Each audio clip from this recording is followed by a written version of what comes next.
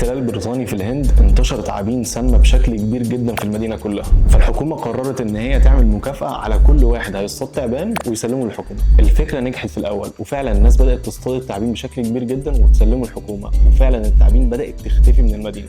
ولكن بعد فترة في ناس ذكية اكتشفت بدل ما اعمل مجهود ان انا اصطاد التعبان، لا عادي جدا انا هربي التعبان في البيت لانه اسهل وارخص، وبعد كده ابقى اسلمه للحكومه. ولما الحكومه اكتشفت الموضوع لغت المكافاه فورا، والنتيجه اللي بيربوا تعابين سابوها في الشارع لانها بقت من غير قيمه، فعدد التعابين في النهايه بقى اكتر من الاول بكتير. يعني الحكومه كانت بتقيس الحل بمقياس واحد بس، كانت بتقيس بعدد التعابين مش التعابين دي جايه ازاي وايه الاثر الحقيقي على المشكله.